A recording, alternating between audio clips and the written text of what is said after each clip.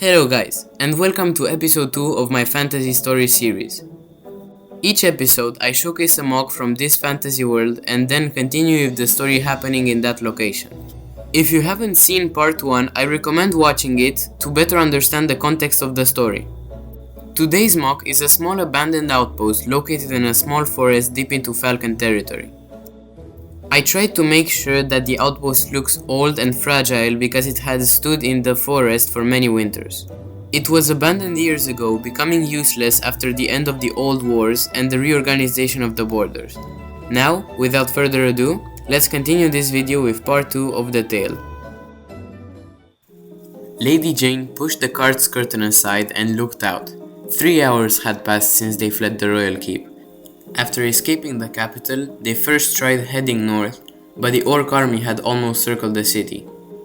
Now they rode west, keeping low and avoiding the patrols and villages, overwhelmed by the chaos. Would you like a drink, my lady? Jane turned back. A middle-aged man with a long mustache was offering her a cup of water. My name is Narval, cook and healer of the royal keep, said the man. Her eyes shifted to the young elf beside him. And you? Era, officer of the Falcon army, the elf replied.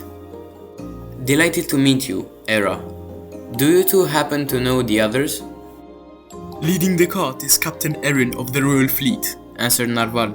As for the hairy one, I do not know. His name is Mon Arid, of the Black Falcons. He's a werewolf, but not the dangerous kind. We were in the training academy together, finished Era. Jane gave them a faint smile, but her thoughts soon darkened.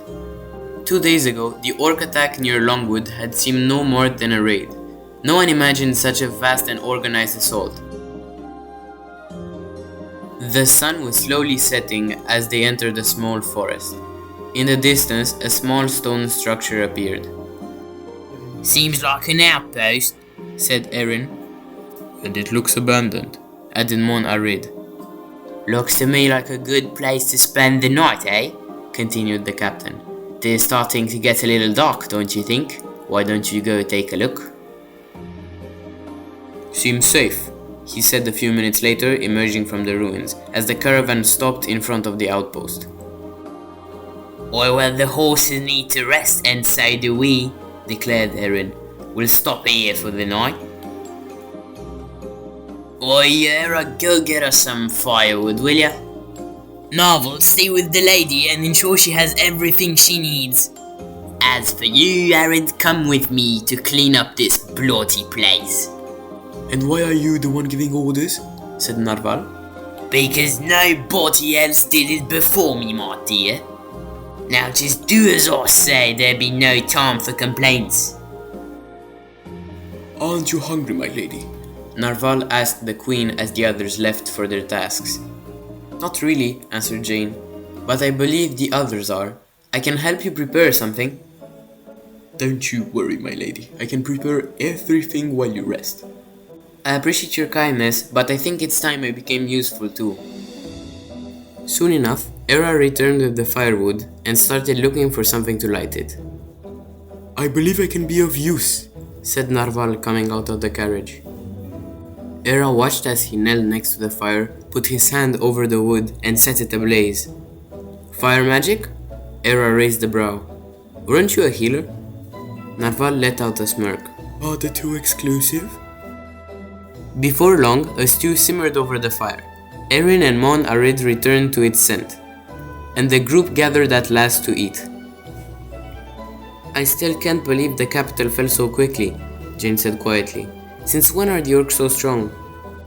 They were always so powerful, my lady, only never this bold, replied Era. I grew up in Longwood, and there, orc attacks were common. One day, a larger horde than usual came. They ravaged our houses, stole our possessions, and murdered my family. That day, they stopped at the edge of the forest, but they could have gone much further. That's when I joined the army. And after 2 years of training, I specifically asked to be assigned to the Western Division to prevent other villages from suffering. Jane lowered her gaze. I'm so sorry. They are terrible creatures. And not only orcs, my lady, Erin cut in. On the coast where I grew up, pirates plagued us for years. Your aunt's navy keeps them at bay now, but we'd be fools to forget enemies to take many forms.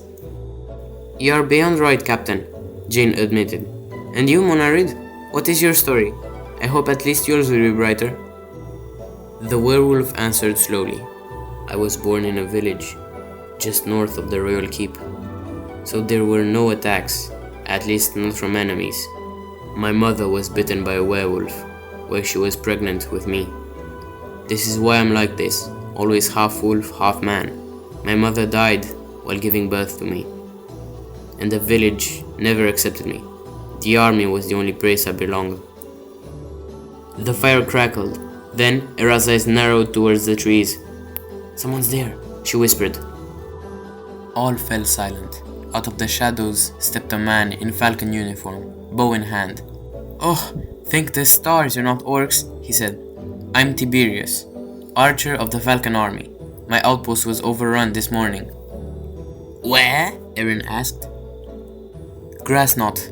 It's half a day's walk northwest from here, said the archer. Oh, those bloody orcs. They be having the whole north blocked by now. You could still go north if that's what you want. I heard they let travelers live now that they have the capital. Well, I'm afraid we can't do that. We must protect Our Lady here, intervened Narval. I see. Apologies, my lady. South would be your best bet then. I shall come along to help you, my lady. If you'll have me, of course. Jane smiled faintly. Your help would be most welcome. The honor is all mine, he replied with a bow. Then we leave at dawn, the captain announced. Now it'll be time to rest. Tomorrow'll be a long and tiring day. Monarid took the first watch. While the others settled within the ruins, Jane, at last, laid down in the cart. The queen was dead, her home taken, and half of the kingdom under occupation. But she had to remain strong. Tomorrow was a new day, which could bring a new hope.